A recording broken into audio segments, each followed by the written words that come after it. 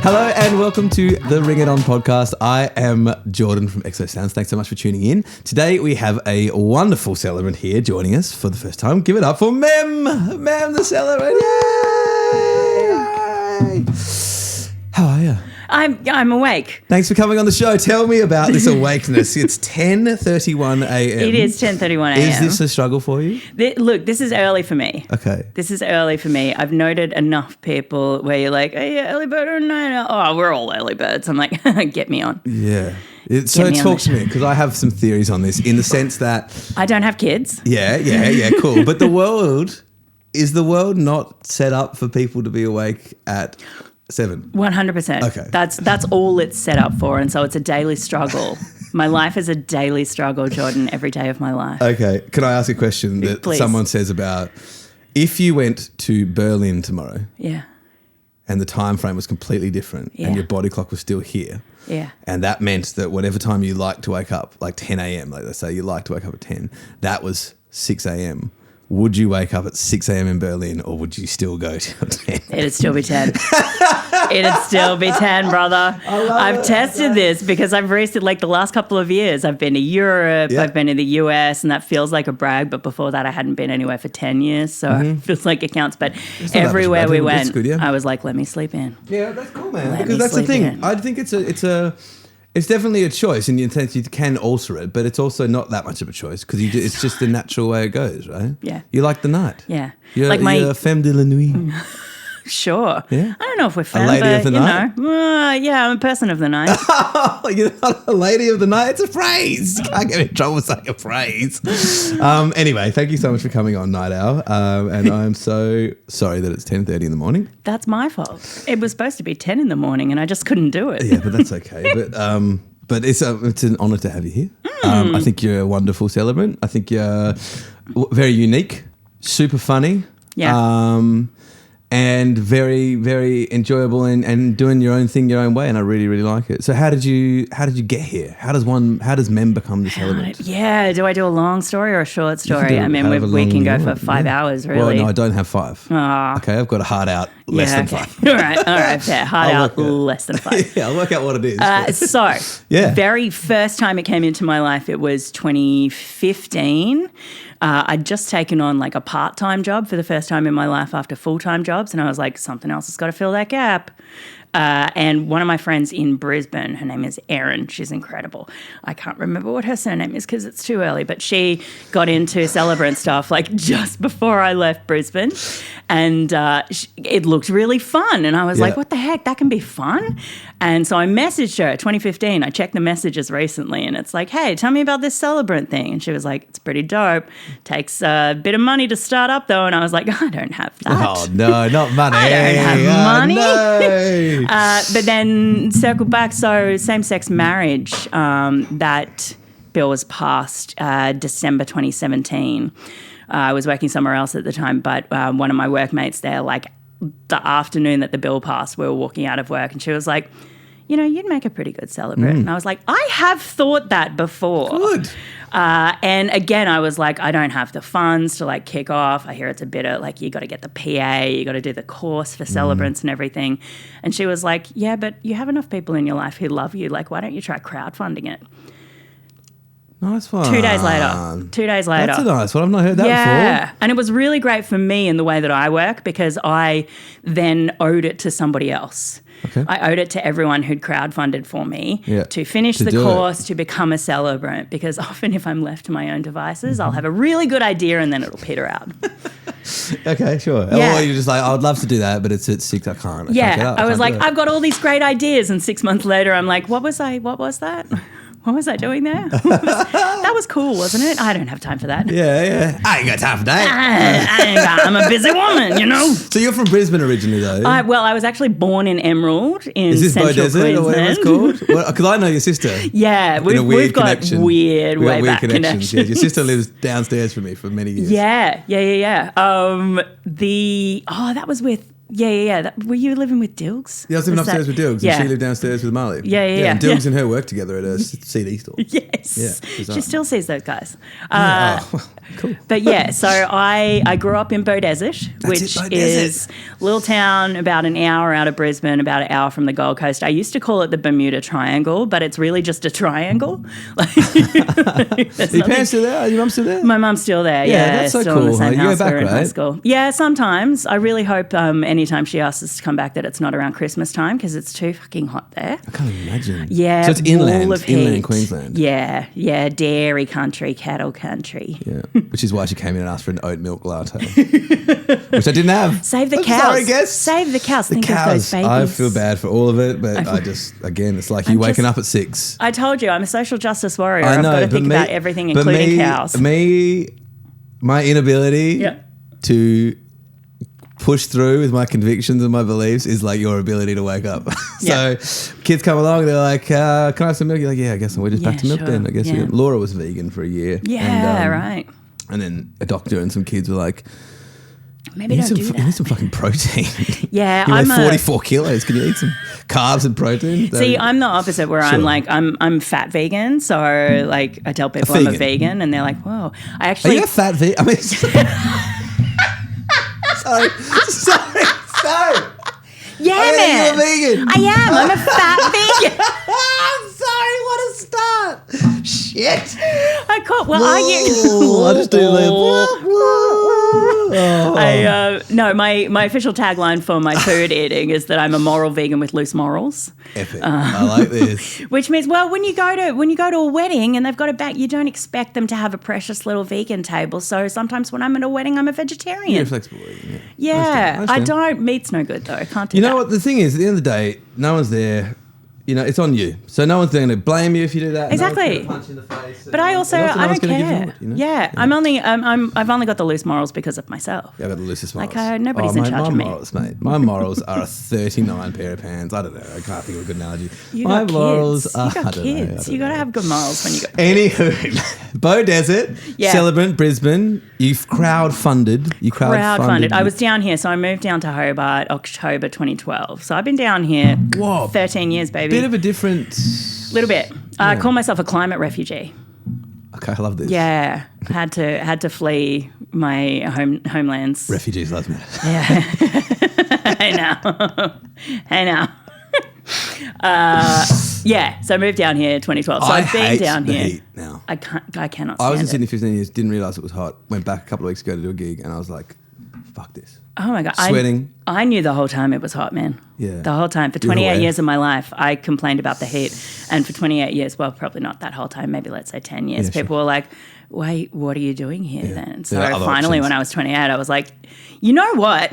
I say that about like when I watch heaps of history stuff and they're like, and they settled in the, the North Canadian things. I'm like, why did you do that? Just keep walking, guys. Just get the vibe. You already started walking. Keep going. One day you go looking for food, you go that way and you go, God, it got a bit warmer. And you go, keep going. Yeah. You'll get somewhere better. And they're like, no. We stay here. We stay here. I like this ice. I like this hole. I've got this pole. It works. Yeah. Fish come out of it. Madness. Anyway, sorry, back to Celebrancy. This is going to be chaos. Yeah. No, I'm going to keep us on track because I'm a professional. Good luck. I'm a professional. Because I'm not. So you became a celebrant. So my first question for celebrants is that I've only just decided this yesterday. I love that. Do you remember your first time? Do you remember? No, your first celebrant. I absolutely do. So 100%. Obviously you got your license and then did one. It wasn't because most celebrants have this story of it was a mate. And that was their first one. So was yours the same situation? Well, hilariously enough, my first one did end up being a mate. Cool. And how that worked was because I was crowdfunding, I mentioned it online a lot, on Facebook, which at the time 2012 was... Well, wait, it wasn't 2012, it was 2017. So that was still a thing. Yeah, still very much. Still a thing. My mum tells me it's still a thing. Yeah, my mum loves the Facebook. My mum and all her friends say it's great. Yeah. I've just started cross-posting my Instagram stuff I'm like, all right, you can have it. Everybody ticks that same box. Yeah. Does that just go everywhere? Great. Yeah, you want to look at it over there? And then my Irish uncles are just like, well done, Jordan. I'm like, what? Who are you? How? You got to hold on to that connection though, Someone does. It's them. It's the uncles. they're the ones holding on to it. But how can we be blamed in modern times? That didn't exist back in the day. No. So now what? I'm in trouble because I don't keep up on Facebook to people that didn't have that technology 20 years ago? Like what the... Learn. Sorry, You've got to evolve. You've got to learn and grow. So you did it for a friend in the end? So I did it for a friend in the end because I got this message. It was very funny. It was probably around like October. I'd started studying really in like July-ish. And around October, I got this message from a friend from school. And she was like, hey, what are you doing in July next year? And I was like, that's so far away. That's so far away back in the day. I was like, why, bro? And she was like, oh, I saw you studying to be a celebrant. Look, we've been engaged for 10 years. We haven't wanted, like, it feels weird getting strangers and stuff involved. Like, we thought maybe, like, we could finally get married if you're a celebrant. And I was like, dog. So that was another thing that kept me to task, was making sure that I was registered deadline, in mate. time. I like that. I'm a bit like that too. Give me a deadline, give me something to do. So I'd known Hannah for, I think we met when I was maybe, like 7. Nice. And I married them. It was in Sydney. Oh, cool. Back in July 2019 was my first one. Amazing. Yeah. And so now you're here. Here I am. But then after that, so it becomes a business at some point after that, like in the sense of you do your first one, you go, that was cool. And then you're setting up and kind of, because there's a point where everybody who's doing it goes from, this is just something I think I want to do to like, now I'm Jordan the Celebrant. Here's my Instagram. Here's my tags. Here's my memwed.au. I was Marry Me Memily for a long time. Married with Memily? No, I was Marry Me Memily, which I've ranted about this online. But I have some notes. it was my cute, fun, like when I was thinking of being a celebrant, I was like, what am I going to call myself? Like, I don't want to just be like memory and marriage celebrant. Can I ask you a dumbass question? Yeah. Is your name Mem? Memily? My name is Memily. Okay, so it's Emily with an M? Yeah, pretty much. Yeah. And I was like, oh, Marry Me Memily, that'd be so cute. That'd be so fun. Like, great. And then I actually got into the industry and I was like, every other celebrant is like, marry me, Morgan, married by Josh. Like, there's just there's a lot of like puns that way. And I was like, oh. Sure. So about 3 years in, I was like, I got to rebrand. Okay. So I finally did that at 6 years in because, again, that was just for me. So God I'm finally there. So now I'm memwed.au. Mem Wed. Yeah, cool. Mem Wed. Don't get married, get Mem Wed. I dig it. Yeah. Okay, great. Yeah. Awesome. I want to get knuckle tats. Okay. Well, again, I got a couple of notes, but I'm all for it. Yeah, sure. It's you doing you, how you do it, and that's what it's all about, exactly. Right? So how many were you building to from that point? Like, I guess are people kind of getting into contact going like, you sound like a celebrant now, or is it still family and friends for quite a while? No, so I guess I have a cool story again in that when I was studying. I'll be the judge. Part of that... I'm so cool and I'm joking. I don't know why I'm singing. I feel like we're singing today. I'm just all right. Okay, good. Tell me. No, what happened after that? Well, I mean, no, I don't want to tell you. Please do. Okay. I'm so sorry. Yeah, I'll stop singing. You better stop saying sorry. Okay. Please. What was the question? I said. Oh yeah. What's it? So does it because most people do one for the friend, set up a website, get a couple of inquiries. First year they do 4, next year they do 10, next year they do 20. Yeah. That kind of in that way, except of course 2020 was right after I got in there. But I did what I think now is a clever thing and also a very me thing. When I was studying, part of that course is like, here's your marketing section. Go check out some current celebrants in that area. Okay. Look at what they offer, look at what they do. And one of those people was Kathleen, the celebrant. Kathleen Ryan? Yes, Kathleen Pavick Ryan. Kathleen Pavick Ryan. Sorry, I get all the freaking names. She's married. Have some respect. Look, we keep up with that, okay? As celebrants, we keep up with that. Yeah. We keep up with names. Yeah. And I saw her website and I was like, oh man, there's another cool, young, fun celebrant. And so for like about half a second, I was a bit dismayed. And then I went, hang on now. So I messaged her through her contact box and I was like, hey man, I'm a studying celebrant. Like, just saw your website. Wondered if I could maybe like pick your brain. Like, can I buy you a drink? Would that be chill? I don't know what the vibe's like. And of course, because the vibe down here is so incredible. Straight up. She was like, yeah, absolutely, no doubt. So we went out for a gin, had a great chat about the industry. And at the end, she was like, give me your contact details because once you're registered, I'll have referrals for you. Yeah, for sure. Because there are so many, there's only so many Saturdays in a year. 100%. And it is very much that thing. I'm 6 years in now. We have a spreadsheet. I bet you do. In a bunch of us where we have availability and stuff. Well, Rach was telling me yesterday not only about spreadsheets, but about the GC. The societies and everyone's getting a drink. And I was cracking. I was like, what fucking I invited these things, but we have now expanded. I was saying that like it has gotten bigger, and I like that everybody has a little, because it's good because all these soul traders need someone to bounce off about their specific thing. Exactly. You know what I mean? Well, that's like we celebrants. We call each other like workmates. Yeah, I love it. We're workmates, really but good. it's also, I think it's that aggressive celebrant action. Like we are the show ponies. Okay. We are the yappers of the industry. Yeah, it's literally really our job. And so like you get a bunch of yappers who are going to be like, where are my yappers? Yes. And you also never get to see another celebrant on site on the day. Exactly. Ever. So you never get to see it. So it's good to be able to bounce those ideas and get 100%. that feedback off. And it's not just people being like, oh, hey, I have a question about this. We'll kind of aggressively come in and be like, hey, guys, I tried this cool thing this weekend. Yeah, nice. Like it's sharing's caring. Yeah. Yeah. Yeah, I dig that. That's really cool. So after you meet Kathleen, I'm just going to do one thing, and just because I'm terrified because something's changed on there, and I just want to make sure. Fuck. No, as in like, if something's just, I can see it's red behind here. Oh. That's all that matters. Did it stop recording? No. Oh, it's still going. Just jumped in front of it. And the red thing. He was like, put that away. But like, when something just, you're like, that's not meant to put that. Is that supposed to still? No, that's all good. I'm going to stop looking at that. No, that's all good. I don't know what I'm doing over there. It's just when something jumped in front of it, I went, I didn't press it. How dare you? I'm not even anywhere near it. What are you? There's too many things I need to produce it. So you make that contact with Kathleen, and then the referrals. That's my in. That's your in. So in. my second wedding ever. It did like take a little while. It was July was my first one, and then November was my second. But of course, I was chatting to them back in July anyway. Yeah, it's year one though. But yeah, my second wedding ever was my very first Tassie wedding was at Freycinet, Honeymoon Bay. Nice. So I really got set up to be a little disappointed. Because you can't have every wedding at Honeymoon Bay, and yet it is one of the most beautiful spots on the island. Yeah.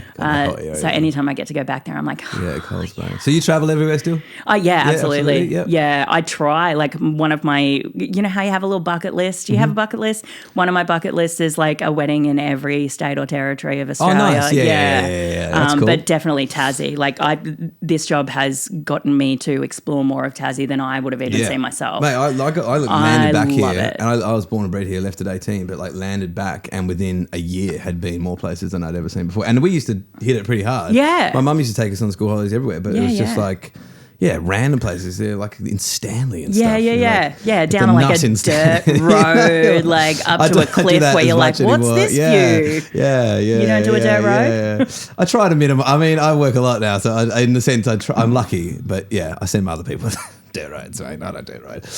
Oh, I didn't work this hard to do fucking dirt road anymore, but you know what I mean. I've done my dirt road years. I've done my dirt road years, man. Well, you can never do your dirt road years. So when you're learning to be a celebrant, though, is there, how can I put this? A style guide that you're asked to follow? Because I feel like you've danced around it because you are your own thing and it's awesome. Yeah. So where does that come from? Are you theatre background or something? Oh, a little bit. Yeah. I think I was born and raised in the theatre. Kind of, my mum had like community musical theatre and everything. Mum's a teacher? No, she just like she's a natural born teacher. She should have been a teacher, but instead she was a stay-at-home mum for a while. Yeah. But yeah, she grew up in a very singing environment. My grandmother loves to sing. None of it's on a professional level, but for us very much as a family, and I'm sure you resonate with this, like singing is therapy. Mate, we sing all the time. It's therapy. Like there is not like I've recently joined a choir down here. And just every time you walk away from that, you're just like, oh, beautiful. Can I tell good. you, we've got I know it sounds fancy, but it's not fancy. We've got an au pair living with us at the moment. She's French. Boo. I know she's probably asleep in the room right now. Is that why she's an au pair? We got not it because just it's holidays. We work so much and it's cheaper than anything. It's a really cool situation. But she's childcare's expensive, man. And holiday care is insane. So we've got 2 kids, no daycare, a million gigs. And yet the rate of births is lowering. Why? I don't know. So weird. But anyway, the point is she is lovely and she's been here for 2.5 weeks and she goes, oh, you're a singer? And I was like, Yeah, it's my fucking job. Oui. But the reason is, excusez-moi, parce que je chantais bien sûr. I can actually speak French. So yeah, I kind of. But the thing is, she thought because I walk around all the time, joke singing. Yeah, of course. Going like, la!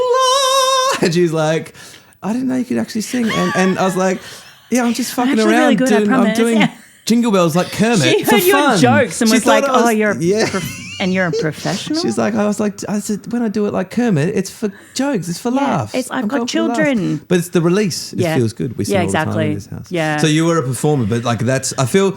The reason I guess I'm leaning on that a little bit more of the process. I think I've asked a lot of other celebrants about like how your emails work and how your packages work, but I think I want to talk about your style because I feel like it's just so comedic and lively and just so different. Yeah. And probably not everyone's cup of tea for that reason. No, absolutely not. But that's fine. Absolutely. You know, like I'm happy with that. Yeah. So did it have to be dialed in, or was it always like was ceremony one like that where you're like ribbon and sarcastic and dry? Ceremony one. It's just who I am as a person, but also like ceremony one was people I knew. So I was like, what's my limit? And they were like, what limit? And I was like, okay, all right.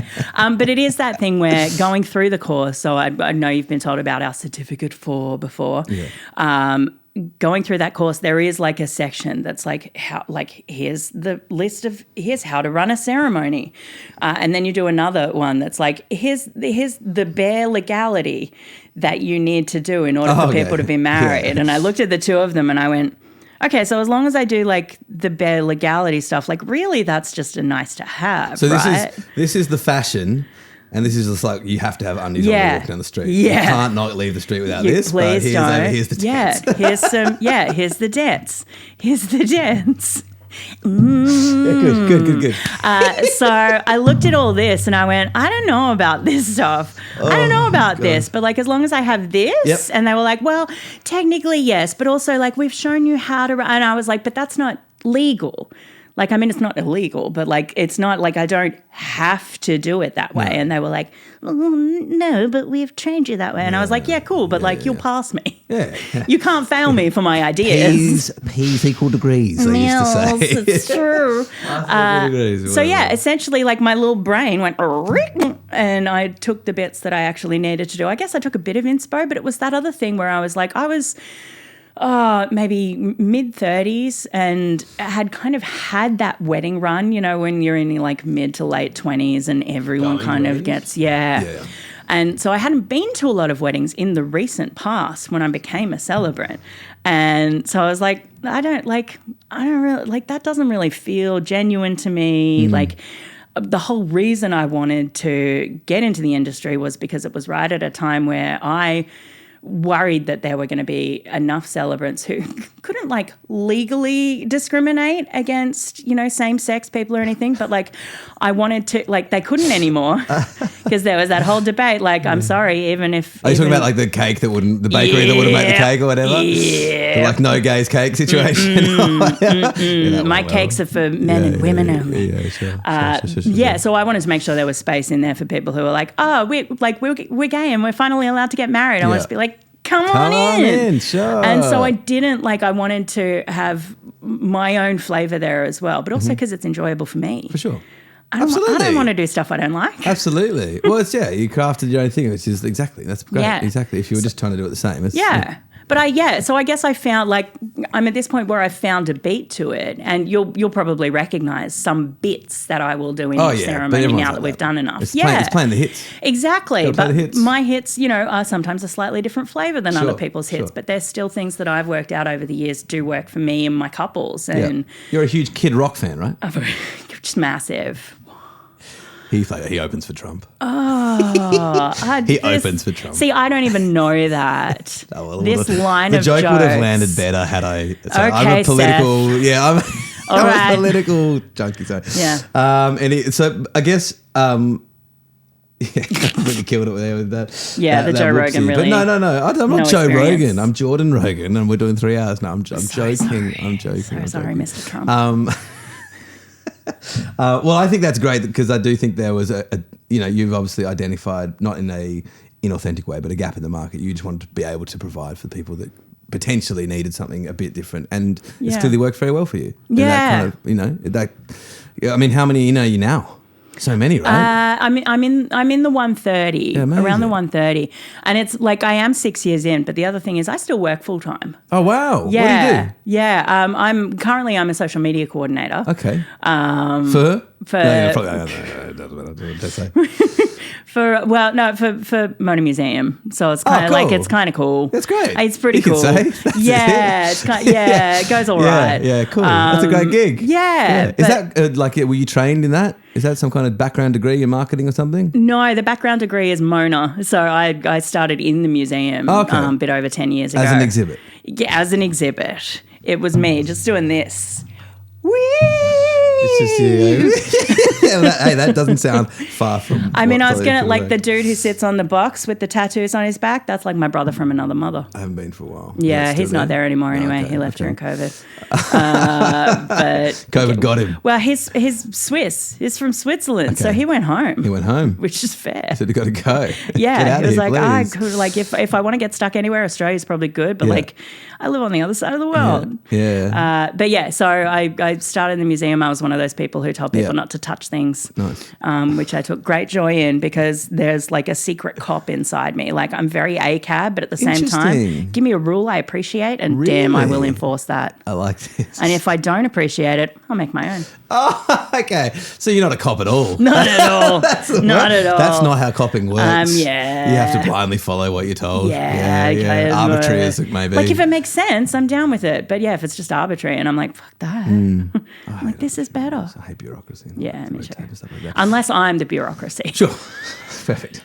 I feel like we might be getting into dictator territory. This is good. The world of Mem. It's cool, dictator. It's cool. Med Web.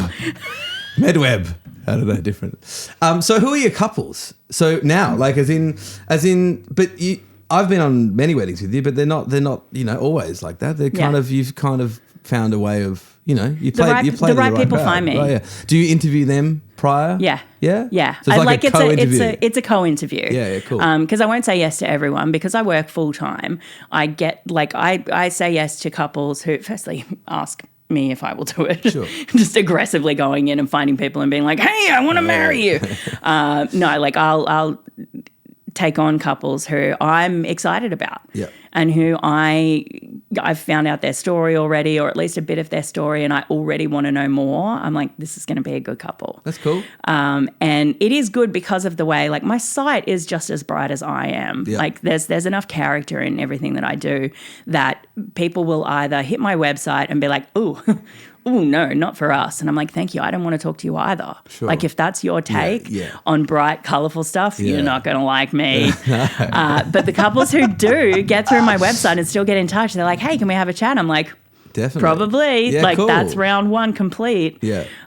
So it really varies so much. Are you sending them a big questionnaire? Let's say they've locked in. Are you sending them a big questionnaire like everyone I assume does? Hell yeah. Yeah. And is it big and is it bigger and different than... It's morphed over the years. Okay. So it started quite short and I was like, I'm not squeezing enough blood from this rock.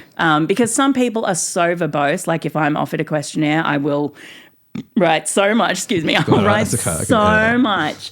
But some people will like answer with one word. And like that's not quite enough information. Yeah, I mean, but that's me. Annoying because like they know they need to give you something to write about. Yeah, and I do. Well, I've reached a point now where I have enough emphasis on things. I think I lead them into it. And I also warn people in that first meeting. I'm like, if you don't like questionnaires, I'm probably not your guy because I have a lot of them. But these days mine are kind of in stages. So I have a very basic one where I'm like, hey, I need at least this much to tell your story. Cool. And then I'm like, if you want to tell me more stuff, here's some more fun you could tell me about. And then I'm like, if you really want to go for the bonus round, like here's some extra stuff. And for me, it's more about like, I just love knowing things. Sure. You I'm just like, want tell the goss. me all your secrets. Sure, you want the goss. Yeah. Is that a stage like you get the first response and then ask for the second stage? Or is it like, here's all three you can do on the first bit? Is it like you're filling out like an insurance survey or a holiday thing and they go, tell us about the condition, and you're like, I fucking just answered this to booking.com. You know what I mean? Is it like... Is it all in one? It is like they've got the option to look through everything. Yeah. So it's not like they're going to hit round one and then I'm going to be like, all right, thank you so much for that response. Yeah. Just as a follow-up. Have you ever gone back to someone and said, I need more? No. Never? No. Have you ever booked somebody in And then after like their response has been like, I don't think this is going to work out. Yeah. Have you? Yeah. Really? Yeah. Okay, you fired someone. Well, have you handed them on to somebody else respectively? Not at that point. Because at that point I've already committed to them. Sure. And I don't want to do that. No, like I have learned how to say no to couples after that initial meeting because that is actually a really hard thing to do. I don't know if you feel like it's an easy thing, but also I've never done it. I was going to say in your line music stuff, you don't really have to worry about who they are as people. It's completely different for us. We never meet or talk to anybody on purpose because we like to think that our back end fills them with enough confidence that we don't need to have that. And we really are. I was talking about this yesterday. We really are wallpaper. 50% of the weddings I do, I don't even meet the couple because they're off taking photos. And if they're having so much fun they don't have time to come and say good day, that's great. Yeah. For me, that's a win. Yeah. I don't mind, obviously, but like that's just as good as hanging out with them. Yeah. Because for me, it's like the photographers have to be with them one-on-one and get comfy. Celebrant does too. Everybody else should be essentially nailing the production so much that they're with their friends having a great time. Yeah. So it's a completely different thing. But the only time it does happen with us is like when we get inquiries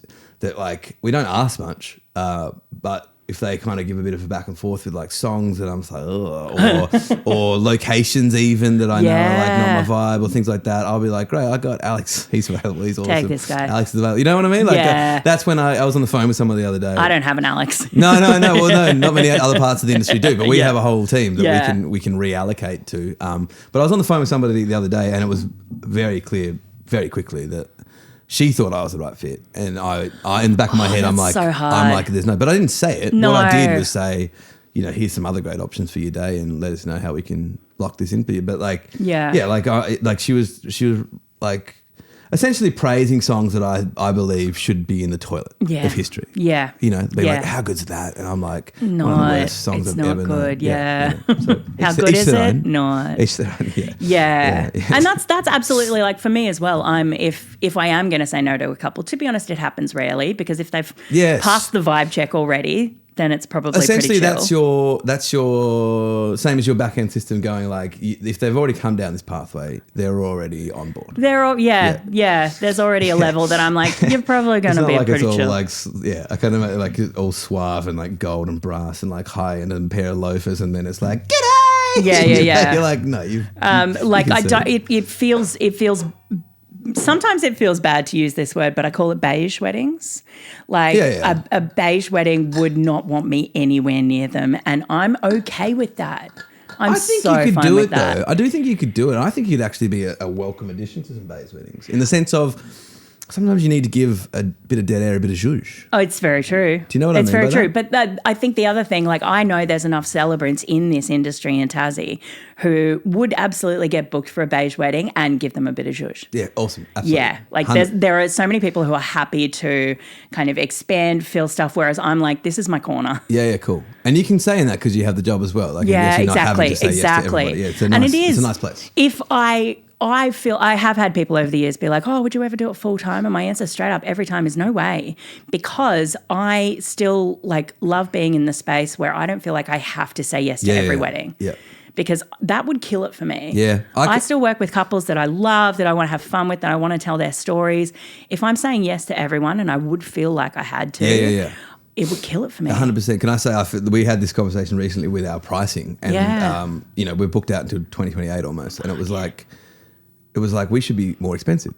And Laura and I sit there and I was like, just like as in me, like as in I'm booked that much, not the company and the stand pay, but it was like, I go, I know what you're saying, but what that does is eliminate choice, because then I'm locked on whoever's willing to pay to have me, whether it's the right call or not. Totally. And then all of a sudden, the ones that, you get some things in and things change in life, you don't have any flexibility. You're just like, I guess we're doing this. And it's, when we treat everybody as the same quality and standard. Absolutely. And therefore it gives people flexibility to kind of go, no one's better than anybody else. Absolutely. And it's like, you make that call of like, well, now I'm double because I'm booked out, and then, but then I'm stuck. Yeah. So I kind of am like, I don't want to be stuck. No. I want to keep enjoying it. Yeah. I don't want to have to play that song. No.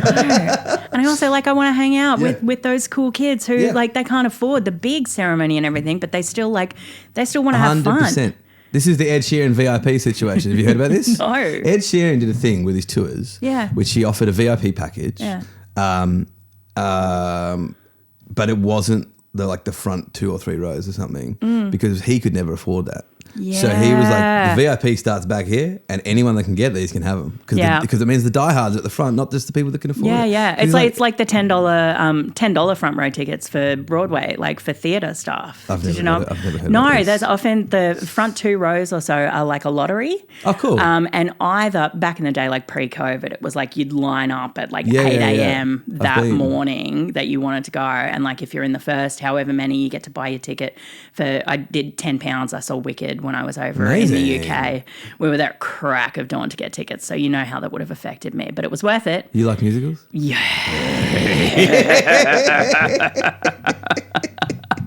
Do I like musicals? We'll get into that. Yeah, right. Yeah, that's amazing. So you got the cheapies for Wicked. Yeah, and on the West End. On the West End, yeah. And then during COVID, it had to flip, of course, because they didn't want people lining up next to each other.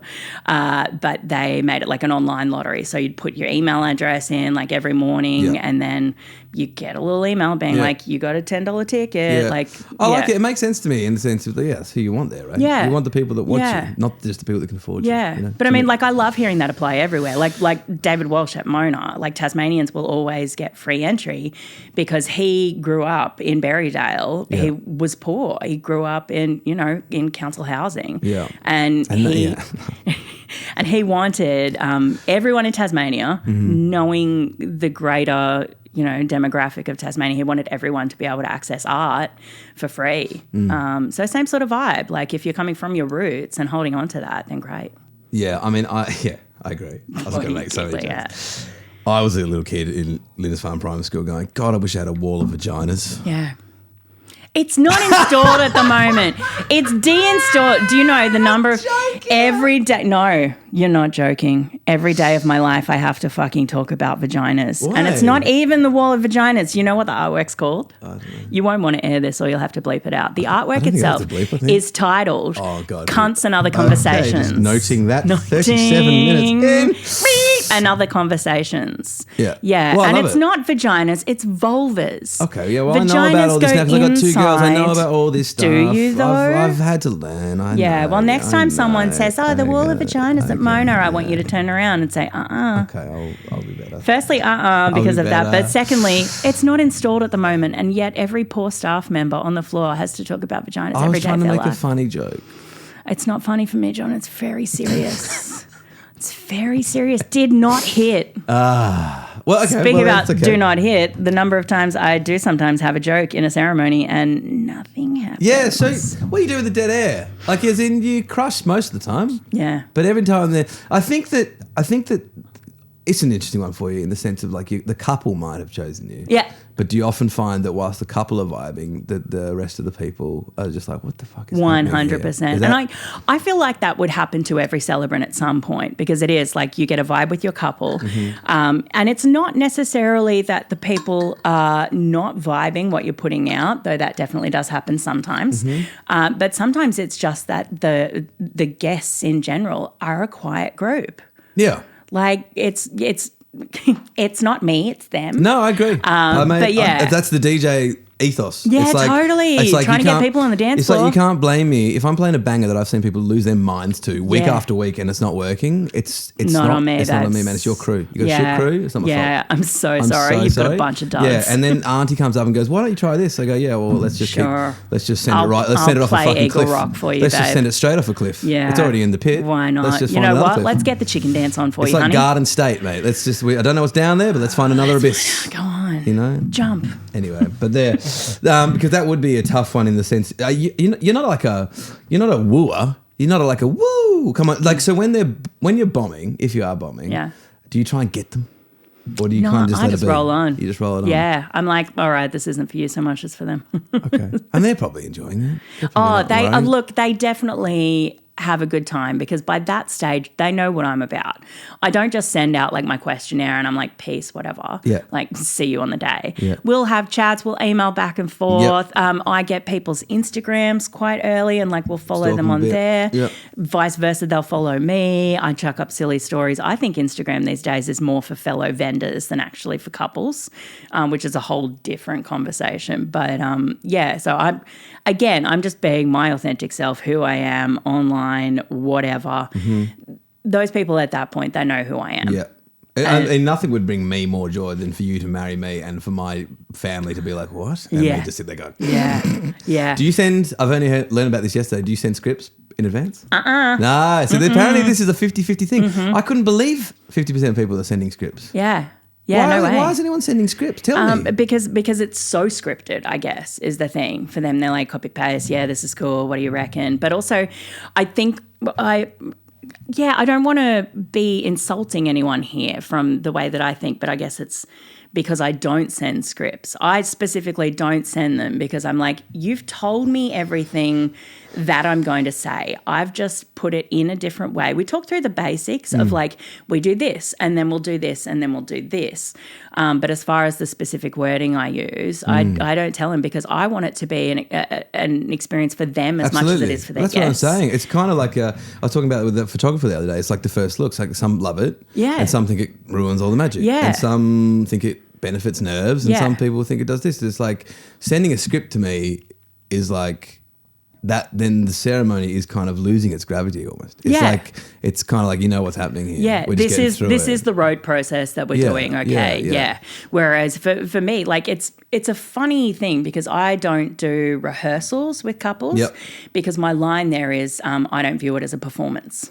Like why would we rehearse for something that isn't a play? Sure. But the flip side of that is that I have to get them to trust that I know what I'm doing, which I do think they do, particularly when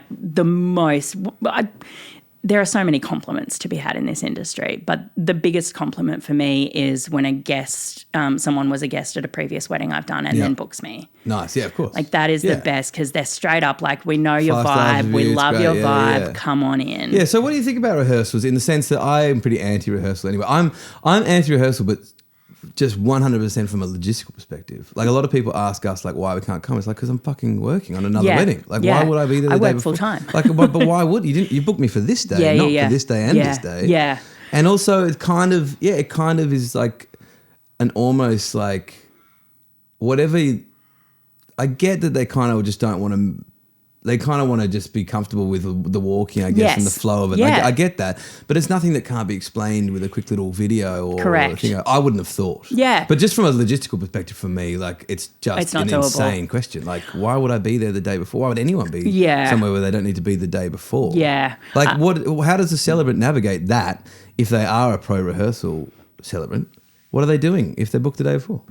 Well, I guess they're working out a way to do it else, like just another time, or that. Totally. Yeah, but for me, it's very much. If the couple wants to rehearse, then I'm like, cool. Like, what do you need to know from me about that? Because as far as I'm concerned, if you want to rehearse, it's about the walking and everything. Yeah. But it is. You like that's fine. I don't need to be there. You can do that with a venue manager almost. Absolutely, exactly. Grab your little phone and play the song or whatever, you know. But then there's also a part of me that's like, and again, I say, you know, it's not a performance, so I don't need to rehearse. But secondly, trust me. Yeah. Just trust me. And that's what I say. I say often, you know, this might be only the first time you've ever done this thing. I've done this thing a couple of times. Yeah, absolutely. Trust me. Exactly. And my couples do because that's why they book me. Do you go and see them when they when whoever arrives? Do you go up and check with them before they do the walk? 100%. Always just check in. And that's the way that I give that reassurance. I guess. I agree. I think it's a super important thing to do. For me, I am always at the ceremony venue at least 30, if not 60 minutes. I try for 60 minutes sometimes. But that's also like, for me, when it's work, when I'm doing my weddings, I am so punctual. And I think that's the thing. They're also often in the afternoon, so it's great for me. Easy. But like that is why I get to venues early, is so I've got the opportunity. If it's a venue I haven't been to before, I get a quick scope. I know where to put my PA. I know where to set up. I get that's when I do my rehearsal. Yeah. I'm setting up my stuff. I'm looking at the aisle they've got. I'm looking at where the seats are, and I am checking in if somebody's there. Straight up, then we're having a chat. But I absolutely, if somebody's coming in, I am waiting for that person to come in. Then I'm coming in to do housekeeping, get people seated. So you're good on the housekeeping? I think you're great on the housekeeping. Yeah. I start up straight up in my housekeeping. I'm razzing people, and that basically sets the tone for them. Yeah. So you go and see them and then you do that. Because, I just feel like crowd control is such an important part of that start. Because, again, it is, as I'm learning from everybody, but it is like a little mini production day. Oh, yeah. It's like running a theatre day and everyone's a part of it. But we all pretend that we're just playing some tunes or running a ceremony. But it's like, no, we're checking actually is a finely someone's tuned here on machine. her time. And exactly. We're making sure all that does. Yeah. And I do think, I actually think it's 50-50 about people that go and see the bride. I think maybe it's because I'm quite often at venues. And there's a venue or an event coordinator that will deal with the bride. So the celebrant probably doesn't have that requirement as often. It's not a requirement for me. I'm like, get out of my way. That's my person. You want to go, how's your day? Yeah. What do you say? Well, firstly, I generally am quite genuinely walking up being like, holy shit, you look hot. Yeah, nice, good. Look at you. Yeah. And then I'm checking in. One of the most beautiful things that I've learned about myself through doing this job is the calm reassurance that I give people, particularly at the start. Like, I didn't think I was that sort of person, but after doing this for 6 years and hearing from enough of my one of my couples called me a lighthouse because I was this like calm, grounding, still presence that they, like, anytime they felt anxious, they looked over at me and I was just like, and that was like, that was a person who I actually, when I got there to check in with her, she had been super anxious about doing her personal vows because they're not a necessary, they're a nice to have. A lot of people like them, some people don't. I think either, like, whatever floats your boat. She had written vows and her partner had written vows, but the morning of, she was so anxious about it, she was pale. And I just sat with her for a bit. We had a chat. I was like, look, this isn't for anyone but you two. She nailed her personal vows and she strolled in there like with such and that's so beautiful for me to see, but it's not something that I thought would be a part of this role. Yeah, nice. And finding out that that's the kind of human I can be is so nice. That's so cool. It's so cool. That's so good. Yeah. And it's a funny thing with vows because it really is, you really are in the position there where if someone's freaking out that much and it's going to be detrimental to their day, you can just bin them. You don't need them. One of my favourite weddings is where a couple, it was a het couple, she had a whole bunch of vows written out and he was one of those people who was like, I am like fainting goat if I have to open my mouth in front of people. And that we made it a part of the ceremony. Yeah.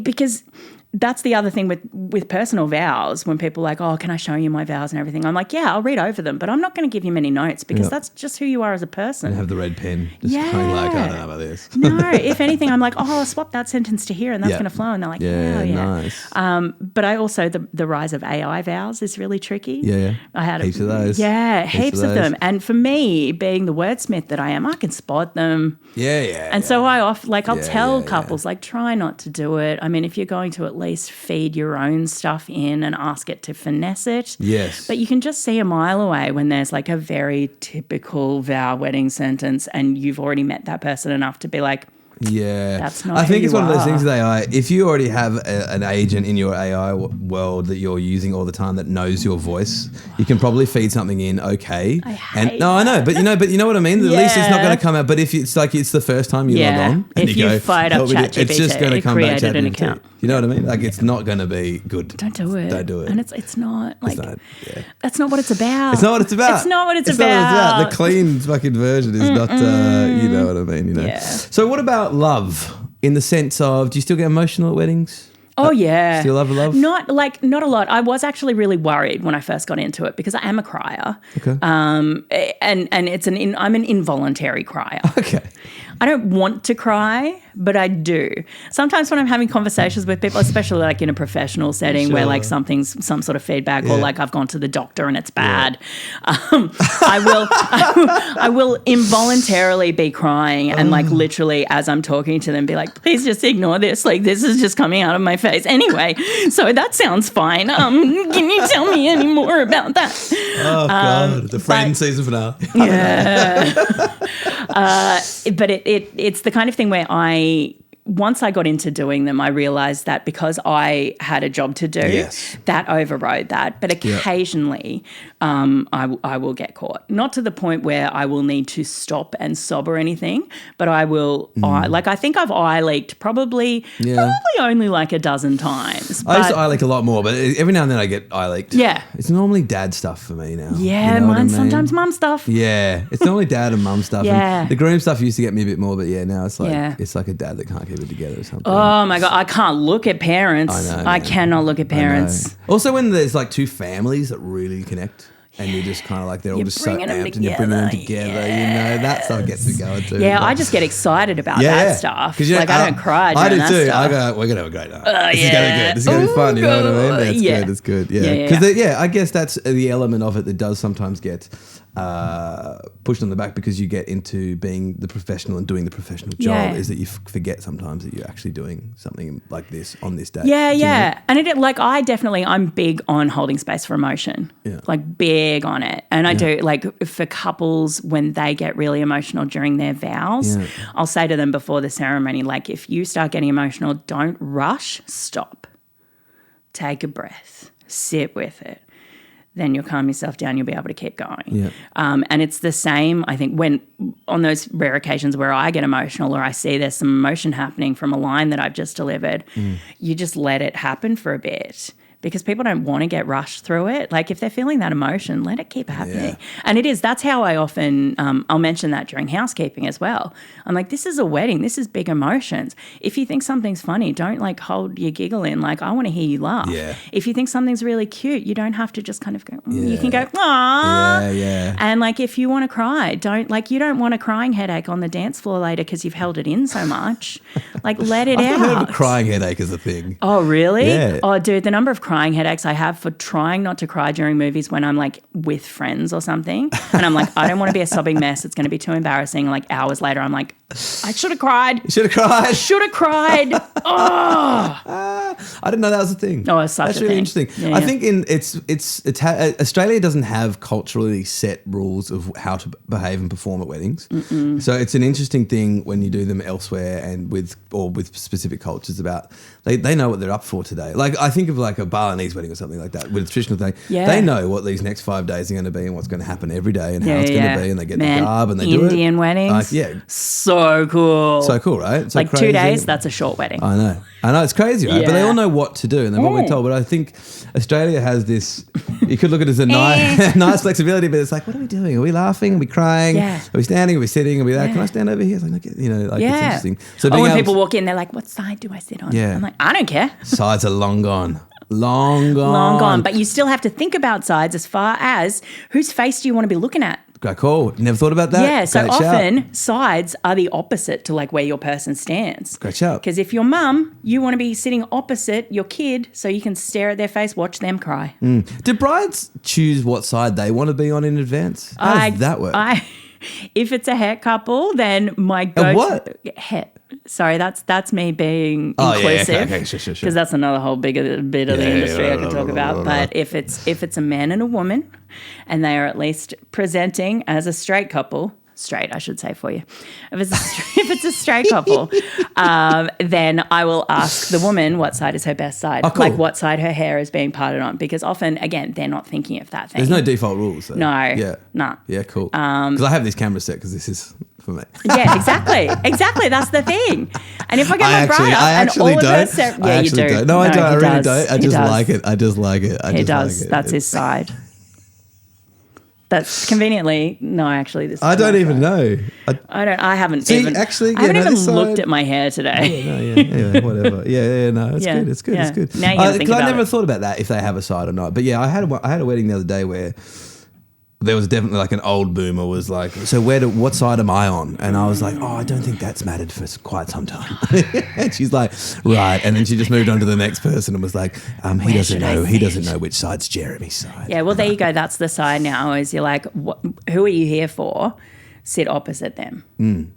And then they'd say to you, where are they standing? You're like, I don't know. Because you want to look at their face. Exactly. Perfect point. Yeah. Perfect point. Well made. Yeah. Yeah, there you go. And it's just stuff that I pick up. Like there's no book Well, there's a guideline for celebrants, but that's around legalities. It's massive, but it's mostly around legalities and that finer stuff. The actual the performance part, you're right, there's no rules. Yeah, cool. Which is wonderful. Yeah. But it also leads to things like one of my earlier ceremonies, I always encourage my couples, if you want to have a little smooch, like when you first get up to the aisle, if you're standing together, you want to get to the end of your vows, you want to have a little peck over that, go for it. Yeah, man. I don't care. Smooch it up. Honestly, but my favorite is when there'll be somebody, like one of the guests, like they'll have a little peck and one of the guests will go, my response to that is normally, I don't know if you know this, but they have kissed before. Yeah, you should have seen what they're doing 2 nights ago. Oh, yeah. But I get why that kiss at the end is important, but my response to that is always the kiss at the end is important because it's their first kiss as a married couple. Yeah. They have kissed before. Yeah, they have. Let them do what they want to do. Yeah. They just, and again, if it's helping them calm down or do whatever. 100%, which is why I say it. I'm like, what makes you feel comfortable? Do you want to stand with your arms around each other? Do you want to hold hands? Yeah. Like you don't have to stand like Ken and Barbie. Yeah. Are you off to the side or are you in the middle? Off to the side. Always, please. Yeah. I don't. As much as I look like the center of attention, I'm not the center of attention. It's about them. I have once stood in between a couple for the whole ceremony because they asked me to. Okay. And I wouldn't recommend it again. No, I wouldn't want to do it again. I get up there for the vows, for the important stuff that I want to be in the middle of. Yeah. Often even me getting there is a funny bit because depending on where the couple's standing or anything, I'm like, all right, I'm coming up to drink. Like, and it's again making light of what we're doing, like not feeling like it's really me being that sort of person is helping with that casual, comfortable vibe. Absolutely. And so me rolling up just before we're about to do their vows, being like, how you guys doing? God, you guys look really good. Okay, let's do this. Like, this is what she's like. It actually works great. This is great. I'm remembering now. I'm having these, but it really does. It really chills everybody out. Yeah. It makes everybody realize like it's a thing, but we're not fake. Let's not pretend this is a perfect production situation. Exactly. We're having fun here. Yeah. And then also like when they do their vows, I'm like, all right, I'm going to hold the mic for you, but I'm going to hide behind them. So you're looking at both of us. Nice. I'm not, nobody has to guess anything in my ceremonies. Yeah. No, that's so I good. don't even like calling them ceremonies. So is there any other word though? It's the marrying bit. I've recently gotten onto it. That's how I'm rolling. It's the marrying bit. So we do the marrying bit? Yeah. I'm here for the marrying bit. I like that. Yeah. That works. Yeah. That works for you. Yeah. I think that's not bad. Because there are some words. What was the word we were trying to improve upon yesterday? I had one and I was like, that needs to go. I can't remember what it was. I don't like the word nuptials. I don't like the one that sounds like the dirty word. Solemnize. Well, I don't know if I use the word solemnize. I think you have to. No, I'm duly authorised to solemnise marriages. No, see, because this is the thing. I'm legally registered. I do say solemnise, but there are a few, like in those phrases that we have to nail, there is actually a slight amount of flexibility. Okay. They're like, you can say, like, here's the go-to script, but here are the other 2 words you could say instead of that one. Because that's a nightmare word. I don't solemnise. A mess. That's a mess. I don't hate it. I don't hate it. It's also very funny. That's it. Being solemnised. Yeah, I just heard someone stuff it up, I guess, and I was just like, I've never stuffed it up, but I have had guests before the ceremony who are like, don't you say that. And I won't, of course, but when I do say solemnise, I'll find them in the audience and be like, solemnise. Excellent. You got to deliver.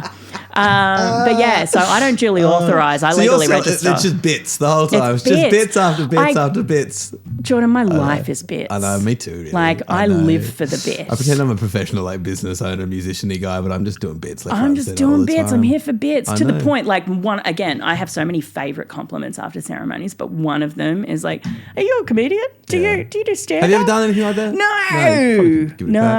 I don't have my own story. I've been like, I'm pretty funny. You're very funny. What's the writing process like? In the sense of, like, are you writing those bits out? Oh, yeah. How long's it taking? Too long. Yeah. But it's also pure chaos. Yeah. Because I'm adrenaline based. Yeah. So it's often I'm smashing through them last minute. Yeah. You get off the nobody future couples, please don't listen to this. You get off the mountain bike, you get off the skydive. Exactly. Straight in. And then I'm cartwheeling into I love and adore comedy and bits, and I'm so in the weeds with it. But like just the words, like one word. How you can sit around a table for 10 minutes and find the funniest word and you'll just cackle like a beast for 20 minutes because that word's it. Do you know what I mean? I don't. No, but you know what I mean about like, as in... That's going to hit? You could find something like a concept that's funny, you're already laughing, and then you change it to like, you know, from like a banana to, what if it was a gooseberry? And you're like, oh my God, of course it's gooseberry's it. You know, that's what I mean. I love comedy like that. Yeah, I don't know. So you writing it out like that? It's just fine. Like I'm just writing it. I'm not going to lie. I'm just writing it. Like that's just coming out. It's just how it comes out. Just you and ChatGPT. Joking. I would never in my life. I would never in my life. No, you shouldn't. You shouldn't. Yeah. I know a bunch of celebrants will because they don't care about that portion of it. Yeah. But that for me, that's it. Yeah. Telling the story and having fun with it. But it's really tricky as well because I do pride myself on being fun and having things be funny and everything. But there is that element where I don't know how to make sure people know that I can actually make people cry as well. Well, that's it. Comedy with heart's everything, though. Yeah, that's it. Yeah. I love a roller coaster. There is nothing more that I enjoy than making people laugh and like 2 sentences later having them well up. A funny and thing then making them laugh about it. A funny thing without heart is a sketch show. Yeah. Every other show that's funny has heart. And it's tricky. I don't know how to make people see that for me sometimes. Like I feel like there would be couples who would skim over me and be like, oh, that's a jokester. That's just going to be like a comedy show. And I'm like, no. I promise it's you. Not like that. It's not like if you tell me everything, I'm going to do my best to make you cry as much as you're going to laugh. Yeah. Because that's it. It's the dark and the light. Yeah. And it is. It's a whole journey. Like, you know, how did they get here? Let me tell you, there were some gaffes, but there were also some downswings. Yeah. You know, and you've got to do credit to that. And that's often where I will get choked up the most. You know, one of my favorite couples ever, I remember because it was a really emotional ceremony because they'd had 2 miscarriages before they decided to get married instead because they were like, well, clearly that's not working for us. Let's pivot. By the time we got to their ceremony, she was pregnant. Oh, see, magic. And like had passed the test to the point where like they were pretty confident at that point. Yeah. Like I got to mention it at the ceremony. Close family knew, but like a lot of guests there wouldn't have known. But also wouldn't have known about the journey they went on because that sort of stuff is so weirdly taboo and like secretive. It's getting better these days, but like talking about miscarriages, you know, that sort of thing. But yeah, that was, everyone cried at that. Even I had to stop for a moment. That was, I think of that constantly. Yeah. Always. Yeah, it's pretty magic stuff. Yeah. I mean, that's it. Everyone has a story. Yeah. It's got a journey. And I love them. Yeah. Oh, I love them. Well, you're so good at what you do. I'm just going to ask you a couple extra questions before we finish. But I could go all day. We could go all day. That's the thing. I can do this all day, son. I'm learning this about everybody. We could go all day. But are there any trends like in ceremonies that you think should die in a whole? Oh, anything traditional. Okay. Anything traditional.